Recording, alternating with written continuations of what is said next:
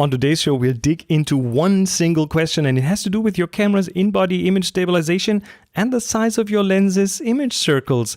Is that really a factor when you buy new lenses? This episode is brought to you by DiscoverTheTopFloor.com. Join us in 2019 on a ship to photograph amazing Arctic fjord landscapes and the northern lights up in Norway, or come with us in October next year for a breathtaking fall colors photo tour to Transylvania, the home of Count Dracula. Find out more at DiscoverTheTopFloor.com. This is Tips from the Top Floor, episode 826 for the 7th of June, 2018. Tips from the top floor, tips from the top, alright, from the top floor. Hey, hello, welcome. This is Chris Marquardt. You're listening to Tips from the Top Floor, the longest running photography show in the universe. I'm not sure about that. There might be other some aliens out there who do podcasts as well, but at least here on planet Earth. That's true. Episode 826, the image circle episode, image stabilization episode. Those two are linked quite well, and we'll go into more detail about that later in the show. Current episode of The Future of Photography, just a little plug here. It ties in nicely with episode 824 of this very podcast. It's a special about the history of camera platforms and where you can move them. So if you want to hear Adrian and myself geek out about camera placement, listen in on The Future of Photography, episode 31, the Z-Axis update. I'm going to link that in the show notes. So today we want to talk about IBIS, in-body image stabilization. And that was triggered by a question that I received from Craig. And before we do that, let me continue the little series about the 2019 photo tours. Let me mention the next photo tour that is now online and ready to book this very moment. And last week it was the 2 Arctic photo tours in Norway. The one where we'll be on our own ship with 12 guests and up in northern Norway, which are ready to book. This week we'll just take it briefly to Romania. With this a bit out, it's in October, in fall 2019, but I'm announcing this one so early because, you know, this part of Europe has for the longest time been on my radar, and I'm finally going, and I'm very excited about this. Romania might be the most known for the Carpathian Mountains, and of course for one of its areas called Transylvania. Yep, that one, the very one that is linked to Count Dracula. That's where we'll go to see the fall colors in some of their amazing landscapes, medieval towns, cobbled streets. We'll do some wine tasting. We'll have some sunrise shots in the vineyards. Spectacular scenery in the Carpathian Mountains that we'll cross a couple of times. There are several UNESCO heritage sites, including the land of the painted monasteries. There are wooden houses and churches. In general, a very kind of original way of living. And and the last fully operational narrow gauge steam train in Europe. The whole thing is an 11-day tour in October 2019, and you can book now on DiscoverTheTopFloor.com. All right, let's talk about IBIS, in-body image stabilization. And to kick this off, let's hear it from Greg. Hi, Chris. Really been enjoying the show, thank you. You're talking the other day about tilt shift lens and the image circle size being different to that of the sensor, so it overlaps it and stuff. Got me thinking the other day, does the same apply to lenses with image stabilization? So I'm thinking here, I use a Micro Four Thirds Olympus system, and of course when you move the camera, the sensor is moving, and also in some that have got this dual image stabilization or sync image stabilization, there's also image stabilization in the lens as well. Now that got me thinking, now is that skewing the image, or is it kind of tilting, kind of shifting the image to an extent onto the sensor? Therefore, do those lenses end up being bigger because they need a larger image circle than the sensor so that they can do that without spilling the image right off the edge of the sensor and cropping it or something. Anyway, I would just be interested in your very technical view about such a thing. So I'd love to hear. Anyway, thank you. Take care. Ta-da. Thank you, Greg.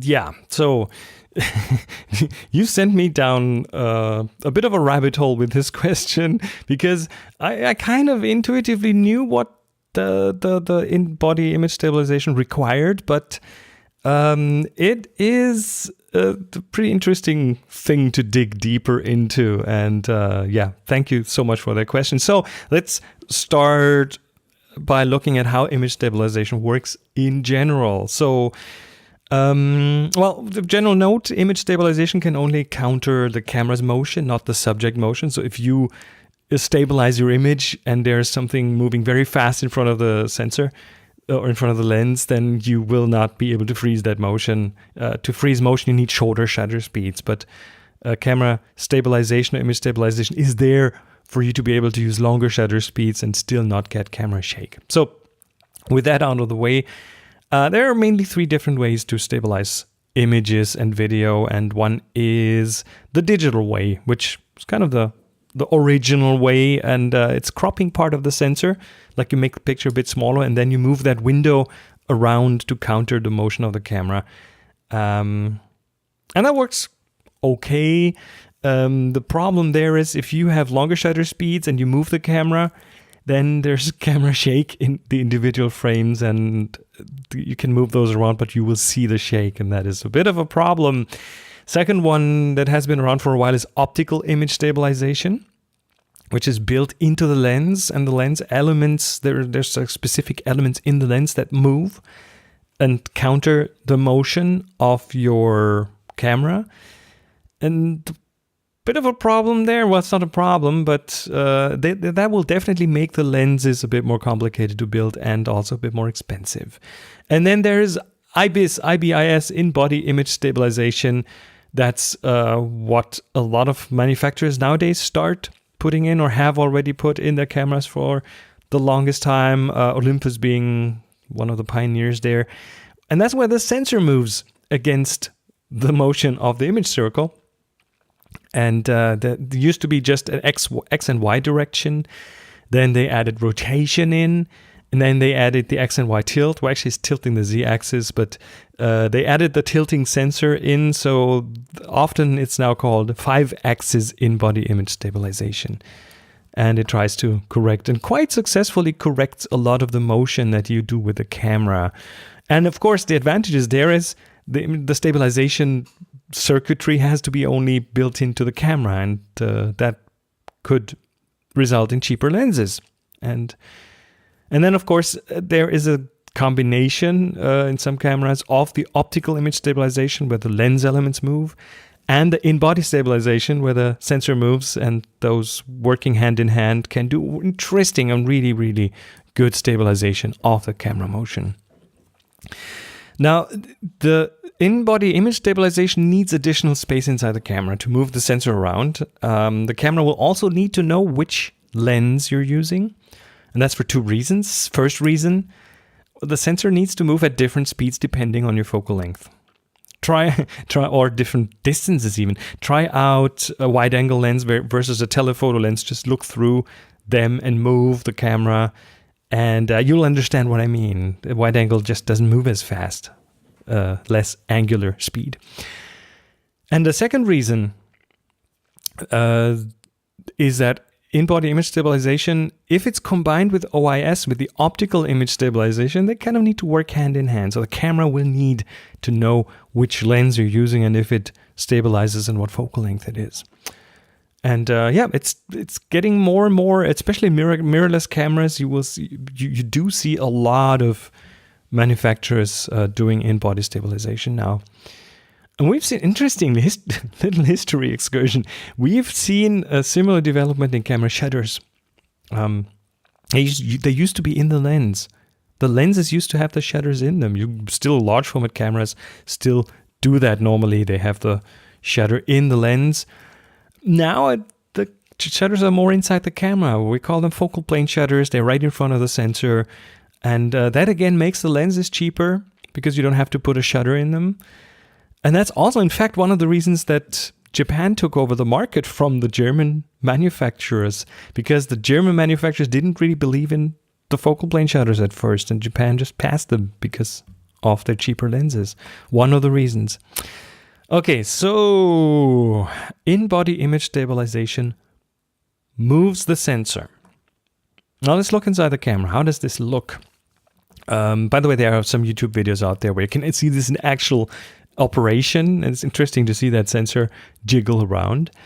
So the lens projects an image into the camera onto the sensor, and that's an image circle. And the image circle has a certain size. Depending on the lens, the image circle could be bigger or smaller. And if you look at different formats, for example, medium format or large format, you need lenses that have bigger image circles to cover that additional surface. So one area where that becomes a real important thing is when you shoot with a tilt shift lens. When you want to shift that image circle around, it has to be big enough to cover the sensor no matter where you move it, right? So you will, otherwise the image circle will intrude into the sensor and you'll see it on your photos. Or even worse, on video, you will see vignetting. So the image circle needs to be big enough. And by the way, this is also true for optical image stabilization, where you move the pieces of the lenses around, because in effect, that moves the image circle around. So instead of moving the sensor around in in-body image stabilization, the image stabilization in the lens moves the image circle around. But in theory, it's the same thing. Now, when I in the past said that the image circle has just to be big enough to cover the sensor, that did not take image stabilization into account. This is based on an image circle that does not move, or in the sensor that does not move. But of course, as soon as they move, you'll need some wiggle room, right? Now let's look at an image circle. Image circle is circular, that's in its name, and the edge is not abrupt. It's not a hard edge, it's feathered. It's a gradient. And which is, by the way, the reason that if you have a vignetting lens and you get some vignette at the outer edges, that could easily be the end of the image circle if it's a lens that has a very small image circle. In large format photography, you have this all the time. Some lenses don't have a huge image circle, and then you shift and you end up seeing the edge of the image circle in the photo. So you have a limited range of shifting there. Now, the size of the image circle is a bit of a moving target for several reasons. First reason, the size of the image circle can change depending on the focal length. So if you have a zoom lens, that size of the image circle might change depending on if you're at the wide end of the lens or the long end of the lens. And the second reason why an image circle is a moving target is it changes its size depending on the aperture you shoot at. If you stop down, you get a larger image circle. And if you look at the measurements of image circles, that needs to be taken into account. All right, we'll go back to image circles and image stabilization right after these words. Hey, let me take a minute and welcome a new sponsor onto the show. This week's sponsor is Portfolio Box. Portfolio Box is an online website creator for designers, artists, and photographers. They make it incredibly easy to build a professional photography portfolio, and all without a single line of code. The Portfolio Box team is based in Stockholm in Sweden, and their templates are among the cleanest and most well-designed ones that I've ever seen. Their European design philosophy really shines here. But that's not all. Portfolio Box offers you more than just a stunning presentation of your work. With the Pro plan, you also get a store, a blog, analytics integration, unlimited pages, products, and blog posts, and of course, your very own personal domain. And one thing I particularly love is their focus on education. Portfolio Box partners with a large number of schools, and students of those schools get a free Pro account, and alumni get a discount too. I just love that. Now, you won't have to take my word for how great Portfolio Box is. Just try it yourself for free. If you upgrade to the Pro plan, you get your own personalized domain, unlimited pages, products and galleries, simple analytics integration, and a host of other features.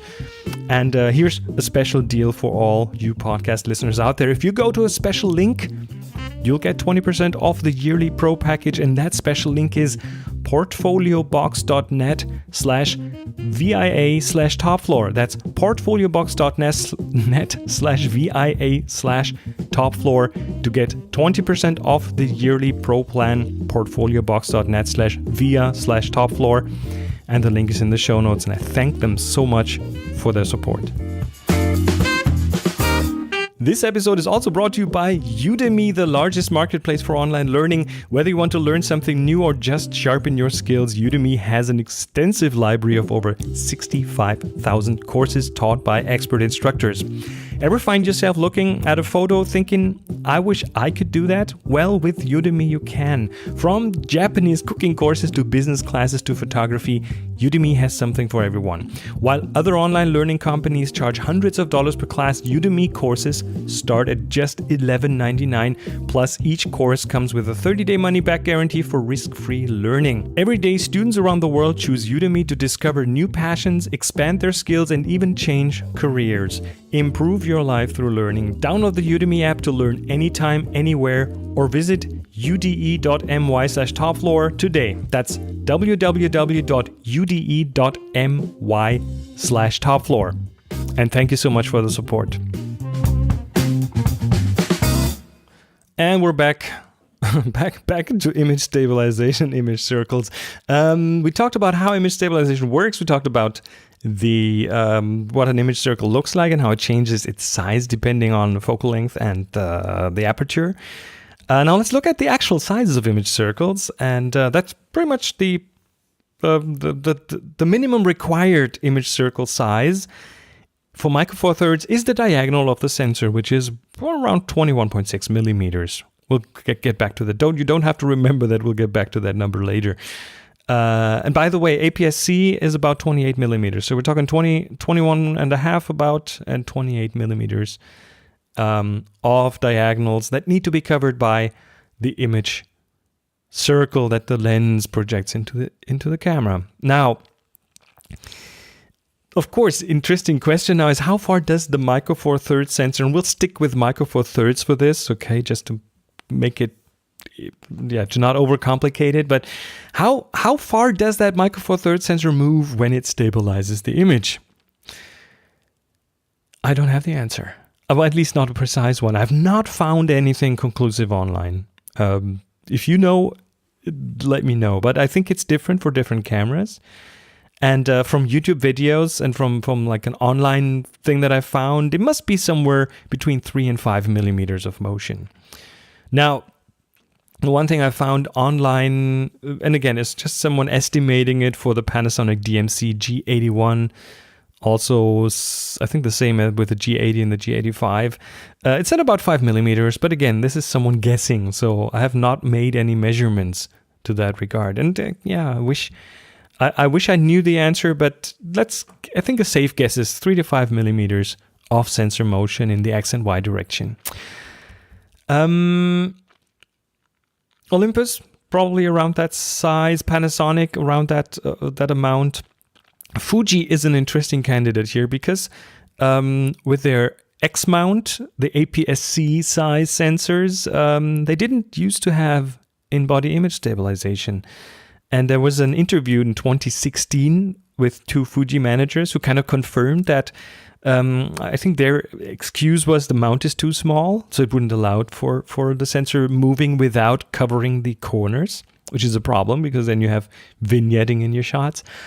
And also what they claimed, from what I read out of their claims, is that their image circle, the Fuji image circle for the X-mount lenses was too small in many of the lenses, and that wouldn't be able to cover a moving sensor. Now, interestingly enough, Fuji didn't do in-body image stabilization, but they had optical image stabilization lenses for the X-mount. And again, those would require a bit of a bigger image circle to allow the coverage of the sensor while stabilizing. So I think the image circle argument is probably not the right one. The mount too small, I don't buy that because, again, they had OIS lenses, so why wouldn't they be able to move the sensor around? They did have a camera for the longest time that did move the sensor around, but that was more on the adventure kind of side. not really relevant to here. Now, interesting now, Fujifilm X-H1, relatively new release, does have in-body image stabilization up to 5.5 stops of stabilization, depending, according to what they say. Now, I'm not sure if that's true with all the lenses, though, because I wouldn't be surprised if the camera will kind of automatically adapt the motion range of the sensor, depending on the lens that's on. I think that must be true for all of the cameras. This is a guess on my side, but it would make perfect sense for the cameras to have like a database in the camera that knows the image circle sizes of all their lenses and then would adjust the motion accordingly. So the 5.5 stops maximum that they claim in their advertising or in their interviews is probably not going to work with all of their lenses. So I think that is probably down to just a couple of specific lenses that have the image circle to support that. But again, I wouldn't be surprised if the cameras adjusted the image circle based on their knowledge of the lens, not adjust the image circle, adjust the motion of the sensor according to the knowledge of what lens is on the camera. All right, so now we come to the real important question that I found really interesting to dig into, and that is, how big are the image circles of those Micro Four Thirds lenses out there? And again, remember, the image circle edge is not sharp. Depends on the aperture. If you have a wide open lens, if you shoot it at f, 2.0, whatever it does, then you have more of a gradient. So it's a softer edge, and you can get away with slightly intruding into that if you're okay with some vignetting. And if you stop down, that image circle gets sharper and bigger. And also in zoom lenses, that image circle might change depending on the focal length. Here's an example. The Olympus 14-35 f2 ft, quite a mouthful, wide open. If you shoot it at the wide open setting at f2.0, you get a 26 millimeter image circle, but on the wide angle end, and you get a 31 millimeter image circle at the telephoto end. So you have 5 millimeters of a difference in image circle size depending on the focal length. And on the wide angle lens, on the wide angle side, it's still 4.4 millimeters over what the image circle needs to be. And then on the telephoto lens, it's 9.4 millimeters over what the image circle needs to be at its minimum. So there's quite some slack in there. And as you remember with telephoto, that sensor needs to move more and possibly further. So we're talking quite a comfortable range of motion that's possible with that lens. If you look at some prime lenses, and again, this is stuff I found online, but I have no reason to doubt that. Panasonic 25 millimeter 1.4 has a 27 millimeter image circle, so that covers 5.4 millimeters more. So again, quite a comfortable motion range. The Panasonic 45 2.8 macro only has a 25 millimeter image circle, so that's a 3.5 millimeter over coverage. But then there are two Olympus lenses, the 45 1.8 ED, which has a 31 millimeter image circle, and the Olympus 75 has a 29 millimeter image circle. And those two, without the image stabilization, would be big enough to cover even APS-C format, because the APS-C format is like about 28 millimeters in diagonal. I'm sorry to shoot all these numbers at you. I know that doesn't really work in podcasts, but you get the idea that some of those lenses that are for Micro Four Thirds are even have enough coverage for an APS-C sensor. So there's plenty of space in some of those lenses and in the image circles to move the sensor around without any problems. And those image circles in Micro Four Thirds seem to be anywhere from like 3.5 to 9.5 millimeters bigger than necessary, and that seems to fit quite nicely with the amount of sensor shift that most of those cameras do. So in conclusion, don't worry about it. I think the camera will do the right thing. If you really, really, really need that maximum and to squeeze out the maximum, you gotta do some research. But for normal everyday use, I wouldn't worry about any of that.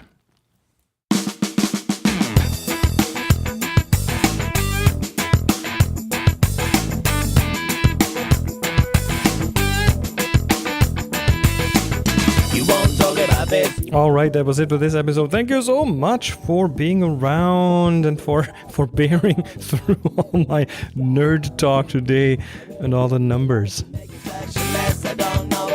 Thanks again, everyone, for your support. You guys are amazing. And just last week, I got a donation in form of Auphonic credits. That's the system I use to make the sound, make the episodes sound awesome, and that I also used to shoehorn the chapter marks into those files. It's just the best way to do it. And someone donated 10 hours of Auphonic time. Thank you so much.